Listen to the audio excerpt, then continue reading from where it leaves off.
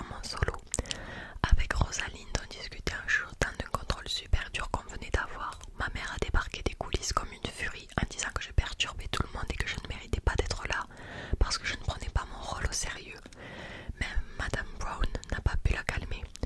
J'ai dû sortir de scène et je me suis réfugiée dans ma chambre où j'ai pleuré pendant 1 heure dans mon oreiller. La chorale, c'était le seul truc qui me plaisait vraiment à Belleval. Madame Brown doit être soulagée d'être débarrassée de moi. Donc on en est au chapitre 8 qui s'intitule Différent. Le dimanche matin, je me lève de bonne heure afin de préparer des pancakes pour Mamie Lou. Je ne me souviens plus de la dernière fois où j'ai été aussi heureuse. Hier après-midi, personne ne s'est moqué de ma voix, personne ne m'a dit que je chantais faux ou mal, personne n'a eu honte de moi. Au contraire, ils m'ont serré dans leurs bras et félicité alors que je n'arrêtais pas de me tromper dans les paroles, les rythmes et les mélodies. J'ai décidé des projets plein la tête, faire des pancakes pour commencer et écrire des chansons et chanter à tue-tête, voire les trois en même temps. J'ai des grands beaux joues à force de sourire. Je fais la roue dans le couloir jusqu'au vieux miroir accroché près du porte-manteau. Il me renvoie l'image d'une fille à l'air surpris et un peu effrontée, aux grands yeux verts et brillants et aux cheveux roux aussi emmêlés que si elle avait traversé une haie. J'entends encore ma mère me traiter d'enfant sauvage. Et alors, aujourd'hui ça m'amuse. Quand j'étais petite, elle refusait que j'ai les cheveux longs sous prétexte que c'était trop difficile à coiffer. Quand j'ai sur toutes mes photos d'enfance, j'ai la même tête, tache de roseur et coupe au bol. J'étais obligée de porter des barrettes pour empêcher mes boucles récalcitrantes de me tomber dans les yeux. Quand je suis entrée à Belleval, j'ai décidé de me laisser pousser les cheveux. 3 ans plus tard, ils m'arrivent quasiment à la taille et sont devenus ma plus grande fierté. J'en prends grand soin à l'aide de toutes sortes d'après-shampoings, de sérum et de mousse coiffantes. Le truc quand on est rose, c'est qu'on passe rarement inaperçu, alors autant donner aux gens une raison de nous regarder. Même si au fond mon look ébouriffé de ce matin correspond davantage à ma personnalité, je tire la langue au miroir en riant. La fille triste et renfrognée qu'il me montrait à Belleval semble avoir disparu. Est-elle restée là-bas? Vais-je être différente, plus heureuse ici? Je l'espère sincèrement. Je promène mon doigt sur la glace au contour sombre et piqueté. Qui d'autre s'est regardé dedans? Mamie Lou, probablement quand elle était adolescente et qu'elle se demandait à quoi ressemblerait sa vie. Se doutait-elle des aventures, de la gloire et des souffrances qui l'attendaient? Et ma mère a-t-elle contemplé son petit visage sérieux en rêvant d'internat, de cours de latin et de compétition de hockey? Sûrement. Moi aussi je suis curieuse de savoir ce que l'avenir me réserve. Il y a quelques jours j'aurais répondu pas grand-chose, mais à présent une étincelle d'espoir s'est allumée en moi. Quand ma grand-mère descend enfin, la cuisine embaume le beurre et le café. Je l'entraîne dans une valse improvisée, moi en chaussettes, elle dans ses sabots en teint vert. Puis je lui sers ses pancakes avec du sucre et du jus de citron comme elle l'a si souvent fait pour moi. C'était trop bizarre hier, je répète pour la 7e fois. Ils ont adoré ma voix alors qu'elle ne ressemble pas du tout à celle de Sacha.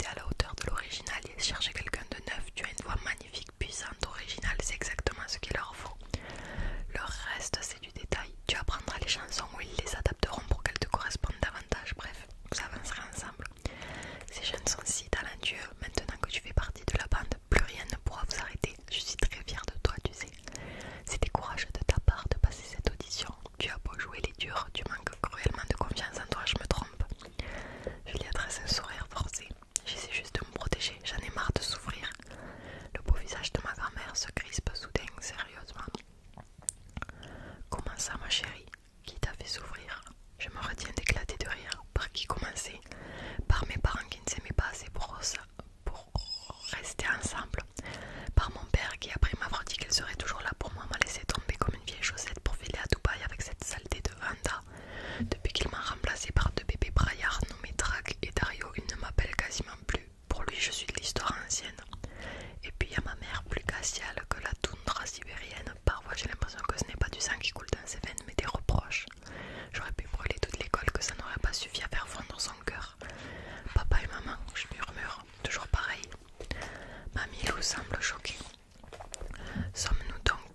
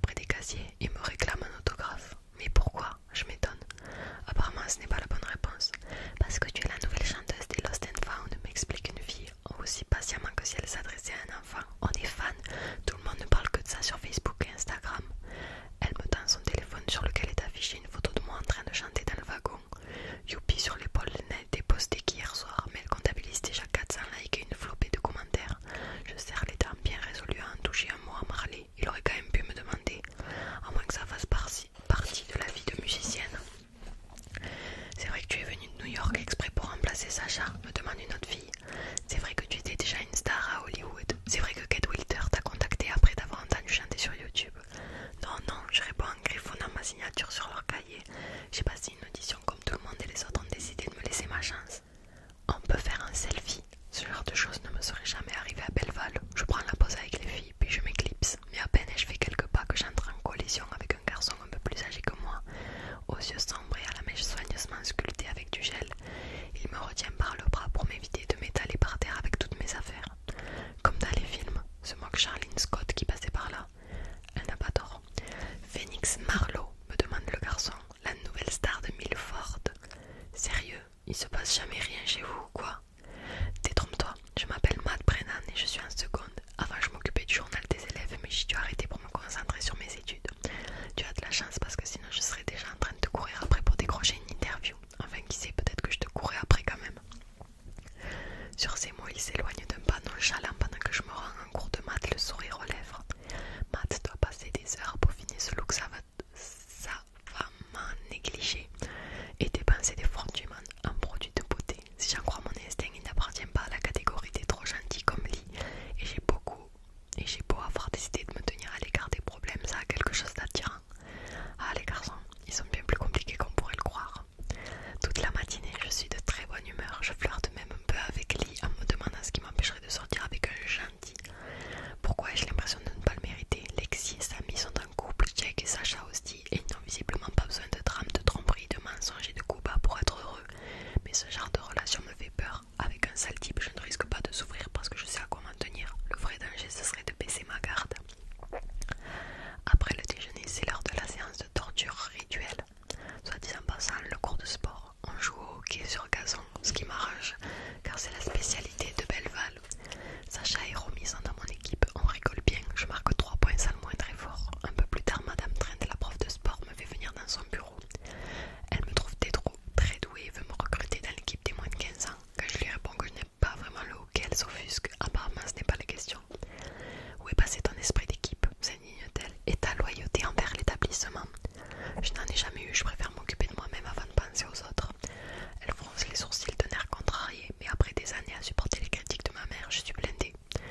Ton attitude me déçoit beaucoup, Phoenix. Je te conseille d'y réfléchir. Passer sa vie sur le banc de touche te semble peut-être plus sûr, mais c'est le meilleur moyen de se retrouver seule, sans parler du gâchis que ça représente. Si elle savait, mais ce n'est pas le moment de lui raconter mon histoire ni de lui expliquer pourquoi j'ai du mal à faire confiance ou à nouer des amitiés sociales. Si tu changes d'avis, sache que les entraînements ont lieu les lundis et jeudis soirs. Je répète ces soirs-là, mais c'est noté, merci. Quand elle me libère enfin, Sacha et Romy sont partis depuis longtemps. En voulant regagner le bâtiment principal, je me trompe de chemin et me retrouve dans un cul-de-sac entre le gymnase et la clôture. Lorsque je fais demi-tour, j'aperçois Charlene Scott accroupie derrière un buisson. Un filet de fumée s'élève de ses mains arrondies devant sa bouche. Le coin des fumeurs. Dans tous les collèges, il y a un endroit comme celui-ci où les rebelles peuvent sécher les cours sans trop s'éloigner. J'ai connu ça. Par chance, je me suis lassée des doigts jaunis et de la toux sèche. Alors que je devrais laisser Charline ruminer toute seule, quelque chose me retient. Combien de fois j'étais à sa place? Combien de fois me suis-je sentie aigrie, mal aimée et perdue? Combien de fois me suis-je terrée derrière des poubelles ou des remises pour laisser libre cours à ma colère et à mes larmes? Bien trop de fois. Même si Charline m'a menacée, je n'ai pas envie de vivre dans la peur. Je préfère affronter mes problèmes. Et puis je n'ai pas oublié le conseil de ma grand-mère sur l'importance de faire le premier pas. Lorsque je m'approche, Charline relève la tête et son expression passe de la surprise au mépris en une fraction de seconde. Qu'est-ce que tu veux, la nouvelle? Aboie-t-elle. Tu viens de la raconter parce que tu as réussi l'audition et pas moi. Bravo et ciao. Pourquoi tu m'agresses, Charline? Je ne t'ai rien fait. T'es sourde ou quoi? Tu m'as volé ma chance de devenir riche et célèbre. Le pire, c'est que ça ne va rien changer pour toi. Si, un peu, je comprends que tu sois déçu, mais dans la vie, on n'a pas toujours ce qu'on veut. Sans blague, il paraît que t'es la petite fille de la vieille peintre folle. T'as dû grandir avec une cuillère en argent dans la bouche, petite bourge. Tu voudrais que je te plaigne? Tu te plaintes complètement sur moi. Ah ouais, tu sais ce que c'est d'avoir fait un phénix, en avoir mal au bide et de ne porter que des fringues d'occasion et de devoir quitter ta maison pour t'entasser avec toute ta famille dans une chambre d'hôtel moisie. T'as déjà dépendu de la banque alimentaire, ça m'étonnerait, tu tiendrais pas une journée. Je ne sais pas à quoi répondre. Oh non, en effet, je n'ai jamais vu que ça. De quoi tu te mêles de toute façon? C'est toi qui en as parlé. La sonnerie retentit, aucune de nous deux ne bouge. Dépêche-toi, la nouvelle, ou tu vas avoir des problèmes. Ce serait dommage d'être collé la première semaine. Je m'en tape. J'avais pourtant décidé de me tenir à corps, de tourner la page, mais c'est fatigant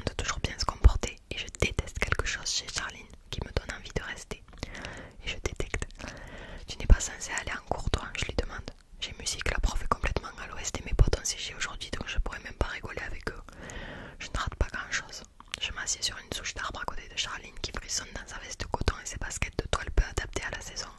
Je peux comprendre qu'elle me voit comme une privilégiée, soudain je me rends compte de ma chance. Mais aussi différente que soient nos filles, je connais son regard. Un regard où la tristesse peut céder la place en quelques secondes à la colère. Chaque matin pendant des années, j'ai vu le même dans le miroir. Charline et moi avons plus de points en commun qu'on pourrait le croire. Alors comme ça, tu fais option musique? Je l'interroge. Tu comptes continuer dans cette voie après le lycée? Je n'ai pas le niveau, réplique-t-elle. Et puis les études, c'est pour les intellos et les gosses de riches. N'importe quoi, il y a des bourses. Si tu chantes bien, ça peut suffire. Justement, murmure-t-elle. Même le prof de musique dit que je chante faux. J'aurais dû continuer la danse. J'en faisais quand j'étais petite. Je me débrouillais, mais mon père s'est barré et j'ai dû arrêter.